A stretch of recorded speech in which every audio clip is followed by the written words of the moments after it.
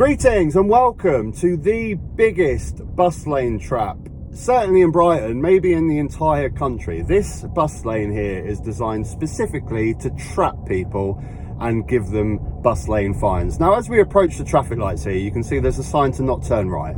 Fine, no problem. You can't turn right down towards the seafront.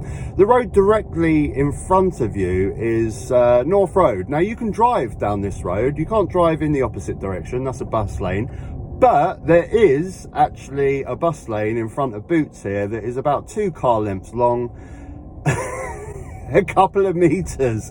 There is no sign at the traffic lights coming towards it. It's not till you cross past the traffic lights that you're actually close enough to read the bus lane sign. And by that point, it's too late. You can't turn, you can't back up. There's probably traffic behind you. You're trapped and you're in 2 meters worth of bus lane. Absolutely insane. This provides Brighton Council with millions of pounds every single year. This is nothing but a trap.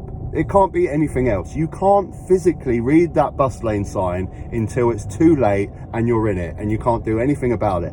I've even seen cars drive backwards when they've seen this sign to try and avoid it, causing chaos.